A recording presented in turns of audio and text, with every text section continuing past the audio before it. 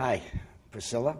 You are my first interview, and I hope that this is a project that will be continued for a long, long time to come. Just to start things off, Priscilla, how did you get into the book business in the first place? I got into the book business by accident, as I think a lot of people did. I had worked for a publishing house for 7 years and a book club for 4 years in New York City, and I kind of wanted to get out on my own and do something for myself.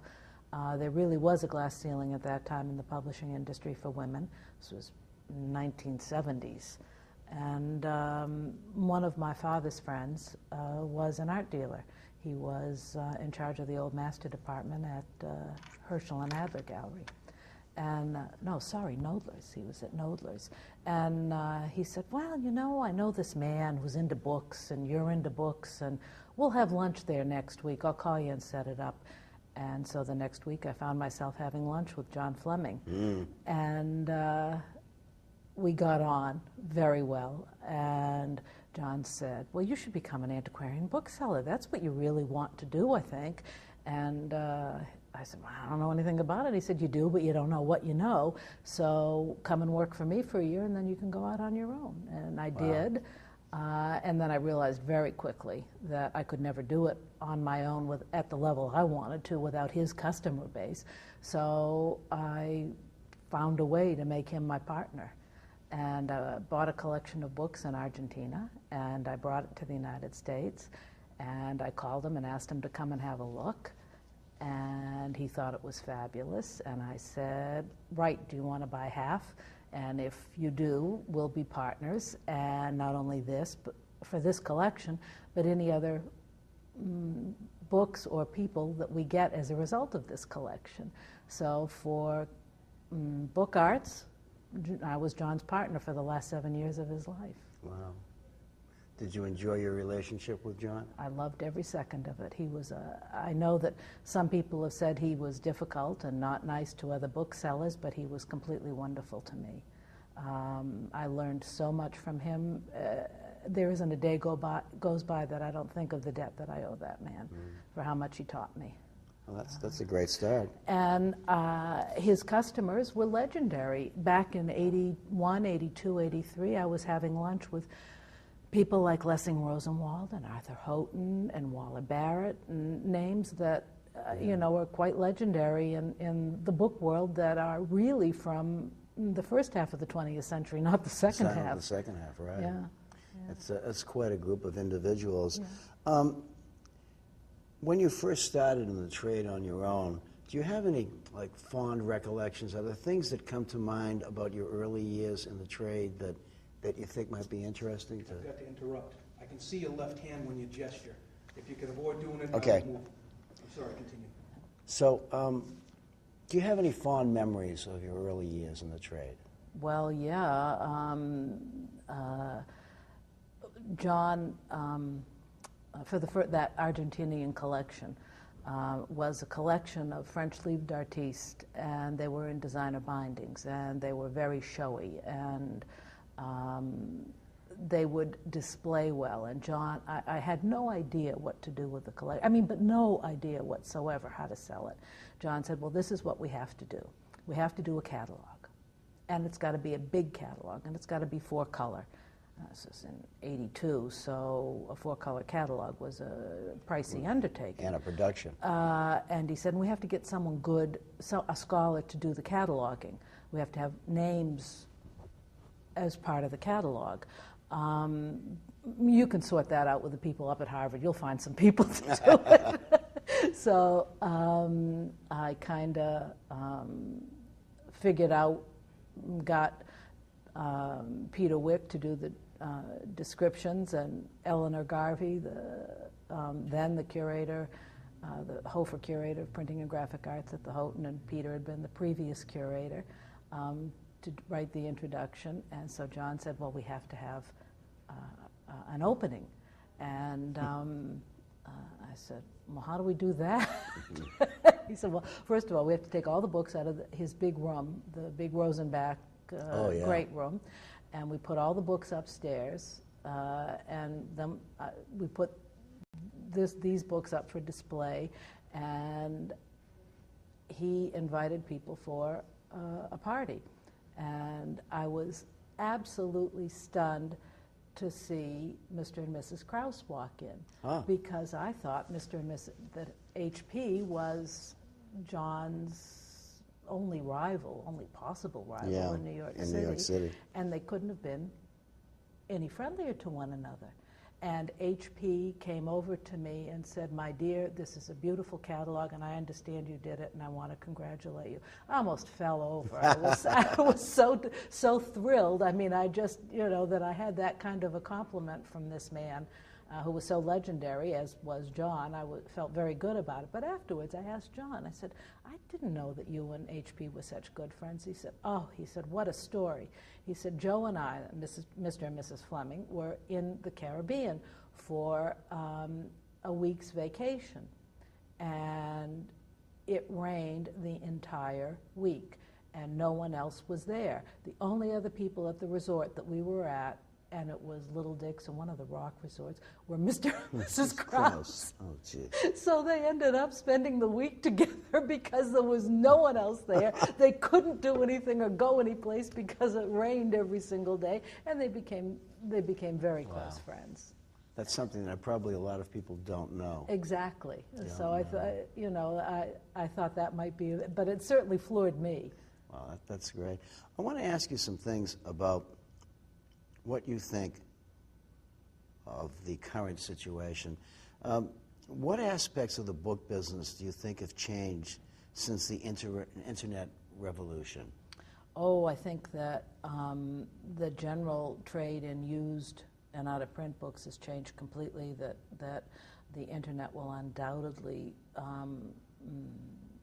make more books, make used and rare bookstores increasingly obsolete or financially untenable to maintain, unless you happen to own your building or have a situation where you're not worried about making a monthly rent payment, and to be open all the time, to pay salaries to, even if you're paying a very, you're using students or paying low wages, it's still awfully expensive to run a used and out-of-print, a big used and out-of-print bookstore. Are you currently on the internet? Yes, I am. With your inventory? Yes, I am. What would you consider your experience? How do you feel about the internet as a sale tool and as a buying tool? As a selling tool, it works in that people can view JPEGs, digital images of the books that I handle, which is very important because all my books are visual, or most of my books are visual. As a buying tool, the other, besides book arts, 20th century and contemporary book arts, the other field that I deal in is American women writers and reformers, and I found it useful to buy on the internet in that area.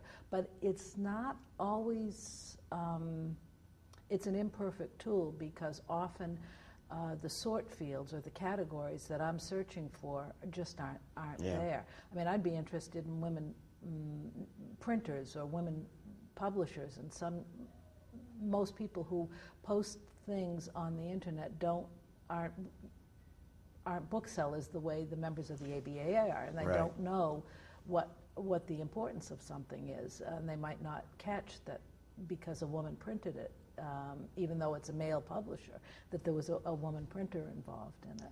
Have you gotten any customers from strange places that you probably would have never gotten had you not been on the internet?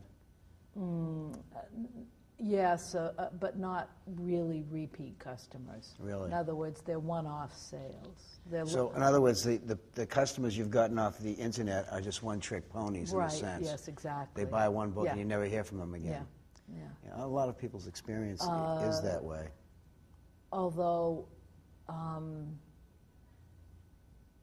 it's hard to say with people in the United States if they didn't see, were looking for something, see a book, and then call me or write me or approach me at a book fair. It's tough to know that they didn't come to me another way. You know, that they Yeah. didn't, the first exposure to my name wasn't on the internet. Did you, as an individual, have a difficult transition period from the way we used to do business to the world of computers? No, I got my first computer in 1983. As soon as we sold that first catalog, John and I sold the collection en bloc, I went out with part of the proceeds and bought a computer and a printer, and set it up and asked John if he wanted to do the same thing, because he had 3x5 index cards and a Rolodex. Yeah, like most of us did. And he said absolutely not. He didn't want any part of learning it. But I, from that point on, I got my inventory on a database. If you were entering the book trade today, how would you go about it? Do you think it's still viable for people to come into this trade and to flourish? Sure, but I didn't come into the trade till I was 35. So when anyone says, "Oh, all booksellers," you know, it's there are no young booksellers. Well, I wasn't young when I started being a bookseller. I think that you have to you have to first of all understand the collecting mentality if you're not a collector yourself. And I certainly did. I'm married to a collector. My parents were both collectors. I understand the collecting mentality, even though I don't necessarily collect. But you have to find something that you love, an area that you love, that you can be completely devoted to intellectually. Because if you don't think about what you're doing all the time, you're not going to be a success at it. This is a kind of business where you have to really be, put your blinders on and think about only your business. Yeah. I've often wondered what it would be like to start in the trade at this stage of the game. There's so much knowledge available that wasn't available when people like us first started. It's just... I mean, if someone wanted to deal in contemporary book arts the way I do, I don't think it'd be all that hard. I think they could do it very easily. Yeah. They just have to be passionate about it. You know, really love the field. What do you see as the great challenges facing the antiquarian book trade in the years ahead? I think that perhaps the greatest challenge is going to be making customers aware of what it is that you have to sell. And I think that our book fairs are perhaps the best way, but I'm not, and I have no idea how to do this, but I find that when there's a convergence between scholars, institutions, rare book libraries, collectors, and dealers, that it's the most profitable, not only financially, but intellectually and emotionally, of interactions. And I think our book fairs, the ABA book fairs, have got to be more event-oriented, so that it's not just a place to go in and shop. I think Would you clarify what you mean by event-oriented? Well, I'm thinking of an event that was organized by Wellesley College a year ago, June, called the ABC Book Arts Conference. And it was a 2-day event at Wellesley College that Ruth Rogers organized and did a very good job organizing. There were panel discussions about contemporary book arts, and there were what's the role of the dealer, what's the role of the institution. There were all panel discussions. They went on for 2 days straight. There were book artists, all kinds of book artists, not just people who do fine printing or people who do binding. And it was in a very relaxed setting, although there was a fair every afternoon. So there was an opportunity, after talking about the books, to go see them. To physically see them. And it may well be that we want to think about having, as we do at the Boston Book Fair, having talks, having other events where people can listen to a scholar talk about a collection that's at their institution, and what's interesting about it, and have a chance to see some of those things, as well as buy some of those things. What part does the book fair play in your total business structure? I mean, how many book fairs a year do you do? Do you find them X percentage of your business? Do you meet X percentage of your customers? I mean, is there some logical explanation No. why you do what you do? No, there isn't. There really isn't. I wish I could say that you know, I mean, if I were a graduate of business school, I might have this all sorted out, but I'm not, and I don't. I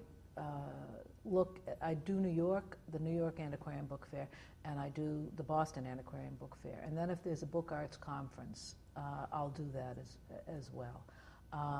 So this February, for example, I'll be going to San Francisco because there's a book arts conference there.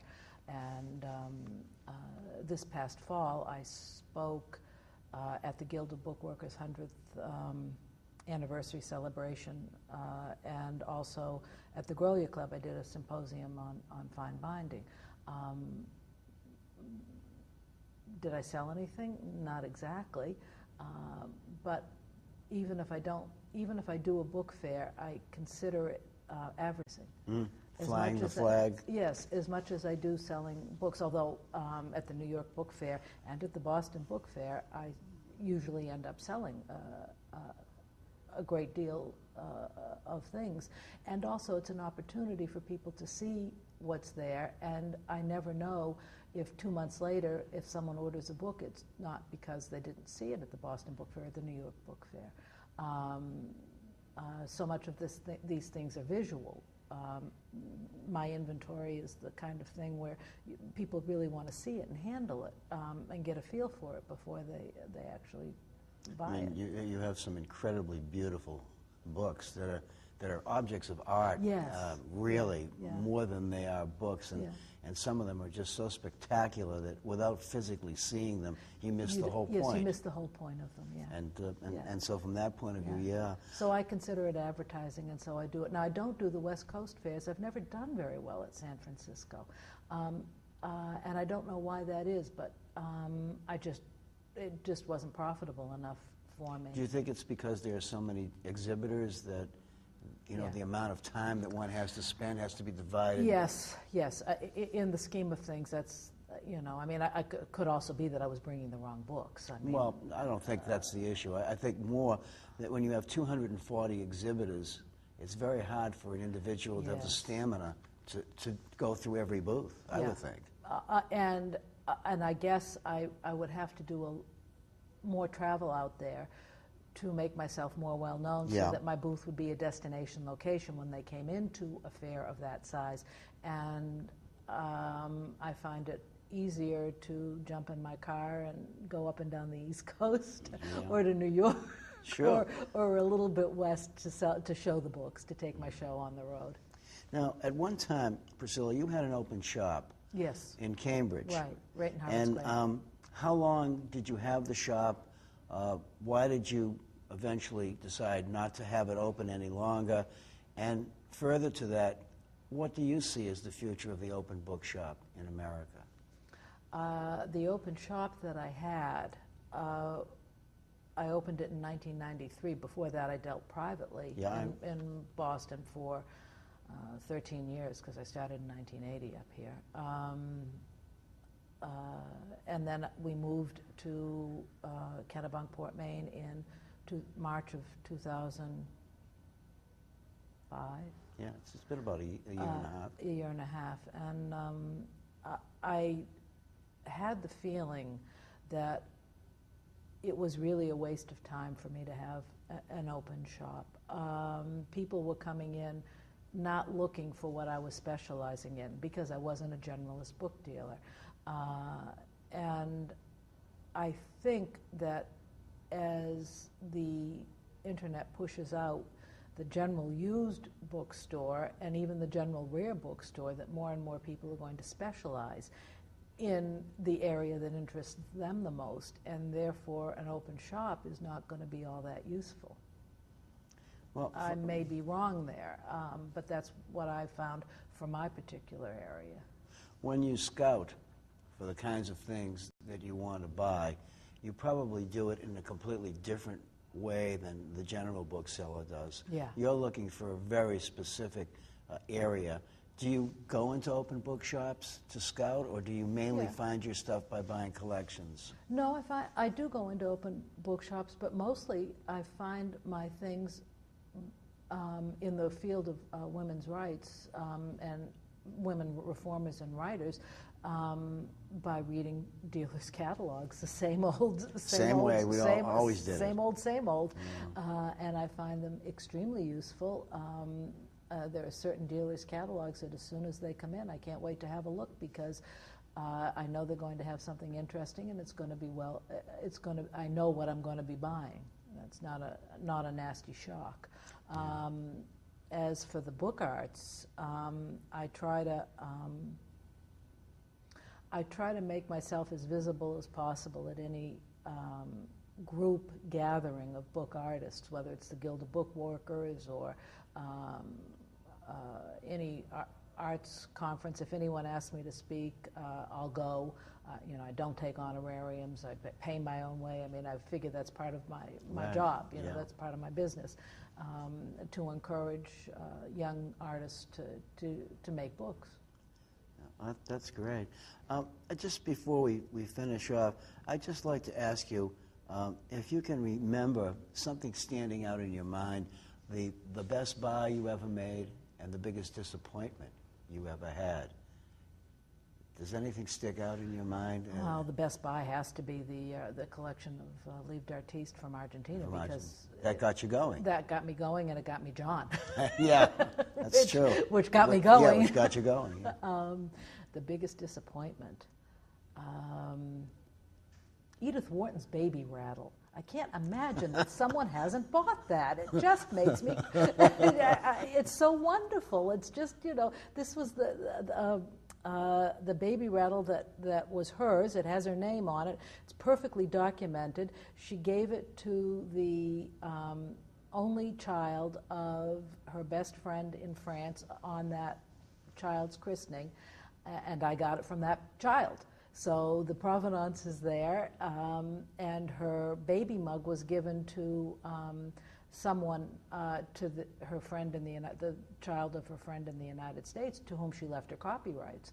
And so those are the only two personal objects that have ever been out there for sale. And I just don't understand why someone hasn't bought it. But I still have Edith Wharton's Baby Rattle. Well, I hope you do something with it other than just talk about it. Yeah. Just as a passing, just to finish off, Priscilla, do you have any words of wisdom for booksellers who are going to be coming along? Is there any one thing you'd like to tell them to beware of or to do to help them on their way? What can I do? What you love. If you don't really love it, if you're not really into the subject you're dealing in, if you don't really love books, it's not for you. It's not. Do something else. But if you really love it, then stick with it, because it's extremely rewarding. And the other thing I'm going to say is make friends with your colleagues and try to join the ABAA. It will return. It'll come back to you. The returns are wonderful.